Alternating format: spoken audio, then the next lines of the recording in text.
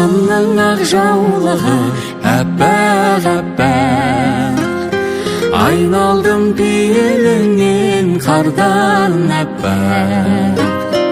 Анашым ақ батанның арқасында, басымда тұрады әркез бақ қонақта. Шықсаң да қиял жетпес қияға бір, ойыңа жақсылығын жияла жүр. Зар болып жананасың бір көруге, аз бекен мұңайған қыз жылаған ол.